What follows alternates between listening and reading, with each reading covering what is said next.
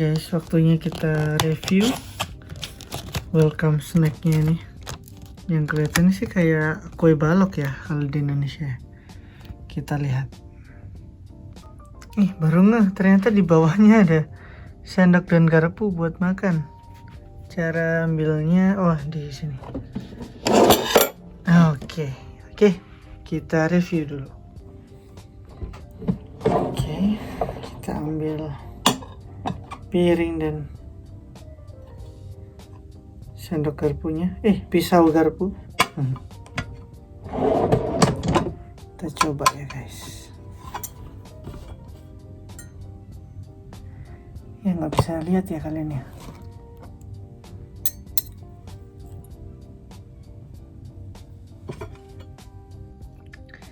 Nih,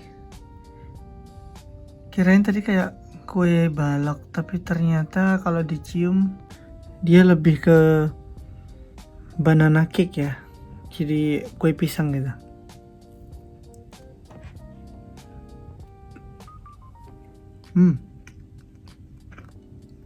Enak. Ini yang gue cobain ada kayak kacangnya gitu, mungkin almond atau mete gitu ya. Nggak terlalu kerasa bedanya, mungkin almond, lebih ke almond. Terus ada dua lagi, ini kayaknya coklat, yang satu lagi apa ya guys ya, ntar kita coba deh. Jadi inilah makan siang kita. Sebenarnya lapar banget juga enggak, tapi kenyang juga enggak sih. Tadi sarapan udah lumayan banyak. Tadi tuh pas nyampe sini kondisinya kan lagi capek banget ya. Nah ketika capek banget, siapa sih yang pengen makan gitu? Ngelihat makanan seenak apapun juga kalau badan capek pengennya tidur gitu kan. Iya, karena nggak ada pilihan, check-in juga belum bisa kan, jadi mau nggak mau akhirnya sarapan dulu. Karena nggak mood juga akhirnya ya nggak direkam deh tadi. Tapi gue bakal spill sih restoran ini kayak gimana, makanannya apa aja bakal gue sharing di sini.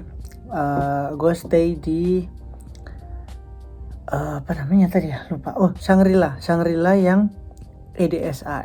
Jadi kalau di sini tuh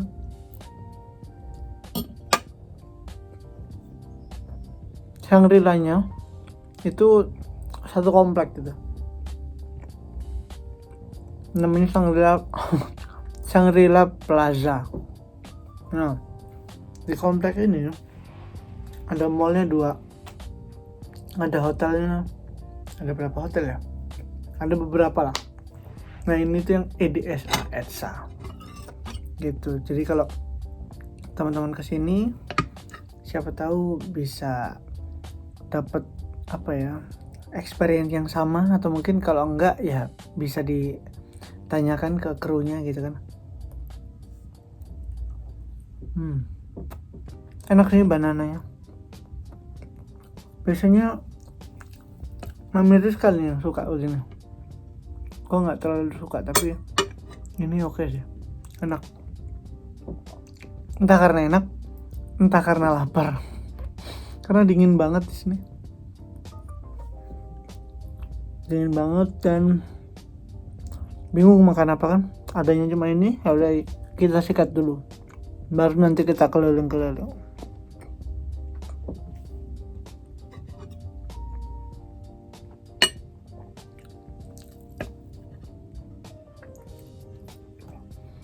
Tadi juga lucu di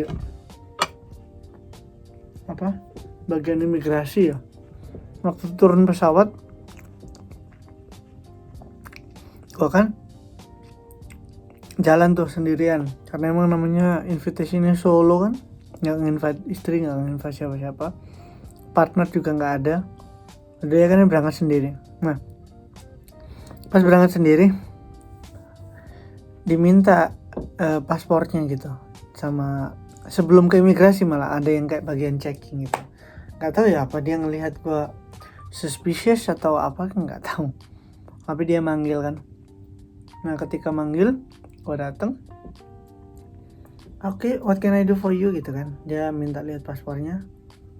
Terus berapa lama stay di sini? Mau ada acara apa? Kalau ada acara beneran ada invitationnya nggak? Gue kasih lihat lah semuanya. Tuh, terus dia nanya, based on your passport, you're coming from Indonesia. Oh yes, of course, I'm Indonesian. I thought you that you're Korean or Chinese katanya. Emang mirip ya? Enggak lah. Ya rambutnya ya poninya kayak orang Korea misalnya, tapi kan wajahnya enggak lah. Gitu. Jadi mereka sempat bingung tadi kan. Terus I'm Indonesian. This is my passport. Dah akhirnya masuk lah kita. Set masuk, terus baru deh check in. Waktu di imigrasi juga lucu. Mbak-mbaknya admin imigrasinya ya ngecek paspor tuh. Cantik banget mbaknya. Masih muda gitu. Terus pas dibaca detail gitu kan, invitation gue satu-satu dipelajarin. Mungkin feeling gue ya ngecek nih speakernya. Speakernya sih ini. Ini karena kan memang acaranya luar biasa ya, acara global. Banyak banget yang masih pengen join masuk, pengen jadi penonton lah dari konferensi ini, tapi nggak bisa karena udah penuh gitu. Ruangan di Shangri-La ini udah semegah itu, dibatasin cuma 500 orang. Ternyata yang daftar melebihi jadi 600. Dan dari 600 itu masih banyak banget, hampir 1000 lebih katanya yang masih pengen ikut. Nah, tapi nggak bisa karena terbatas gitu kan. Tadi ceritanya sampai mana ya?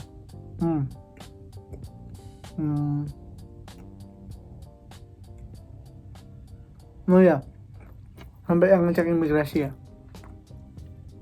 Nah, terus dia kayak wow gitu kan. Terus gue nanya, why? What happens with the invitation gitu. Terus dia ngomong, you know, the master of ceremony is so famous. Mungkin dia ngefans sama MC-nya. Padahal gue juga nggak tahu siapa MC-nya, tapi mungkin di sini terkenal. Jadi dia kayak seneng gitu kalau excited. Ini acaranya luar biasa. Ya kita coba lihat besok lah gimana MC-nya. Coba ya, gue coba record supaya teman-teman tahu nih kalau di Manila itu MC yang sangat di-appreciate dan orang tuh banyak salut tuh kayak gimana sih sebenarnya. Let's see besok ya.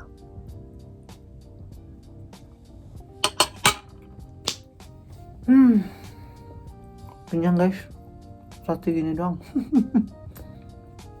Tapi namanya hotel kan paling apa. Nah, dari welcome ya, hotel Shangri-La, bayangin coba Shangri-La, banyak banget kan menunya, macam-macam gitu. Nah tapi partner gue yang di Filipina ini nggak menyarankan untuk ke tempat lain kecuali cuma satu stall ini gitu. Dan satu stall ini isinya cuma roti, pastry, terus ada daging asap, ada daging sapi gitu ya, sosis maksudnya, ada sosis sapi, terus omelet sama apa ya, sama makanan-makanan yang dikukus gitulah, yang dimasaknya tuh emang di situ gitu, supaya memang halal dedicated, nggak sharing sama yang lain. Nah, menunya itu kayak contohnya nih, Arabic eggplant, terong Arab gitu. Apa gitu kan. Sedangkan gue kan sempet coba untuk menelusuri kan tempat yang lain gitu. Nah di tempat yang lain tuh ada gitu loh yang kayak pizza, kebab, terus nasi biryani kan. Terus ada lagi apa tadi ya, Japanese sushi gitu kan. Terus gue sempet nanya kan, vegetable sushi, bayangin sushi, nasi, nori, isinya vegetables, nggak ada hewaninya gitu kan. Pas gue tanya is it halal or not, terus bagian krunya yang masak itu apa ya, bukan chef sih, yang waiters ya mungkin ya, dia ngasih tahu kalau oh no, if you want halal please go to this outlet. Jadi balik ke outlet yang itu doang. Bayangin guys, ternyata jangan ngelihat kayak oh cuma nasi sama sayur udah pasti halal, belum tentu ya, belum tentu. Kalian harus cek dulu, karena halal itu nggak cuma tentang daging babi, tapi bisa juga tentang penggunaan mirin yang ada alkoholnya ya kan. Bisa juga nanti di kosmetik gelatin itu terbuat dari babi. Nah gelatin kan bentuknya udah chemical, kita nggak ngelihat itu kayak daging gitu, tapi kalau itu diturunkan dari babi itu tuh bikin produknya nggak halal guys. Jadi better untuk tanya, dan kalau ada produk atau resto atau dapur atau whatever it is yang sudah berlogo halal, itu harus kalian appreciate karena prosesnya itu sulit ya, lama. Terus kemudian once udah dapet itu artinya mereka udah comply semuanya, baik dari dagingnya, baik dari alkoholnya gitu kan, supaya nggak pakai mirin kayak gitu tadi. Ya itulah yang menjadikan halal itu seperti pencapaian sebenarnya teman-teman. Gitu sharing hari ini. Jadi tadi makan di resto juga lebih banyak ngobrol sih daripada makannya ya. nggak aneh kalau misal jam segini udah lapar. Nih baru jam berapa sih ini ya? Bentar guys, kayaknya jam 1-an lah. Gitu. Oke lah kalau begitu, gue nggak habis nih makan banana cake-nya. Ternyata awalnya enak sih, lama-lama ya emang gue nggak suka cake-cakean gini sih. Oke, mungkin gitu dulu ya guys ya. Thank you so much sudah stay tune di sini. See you in the next video. Bye bye.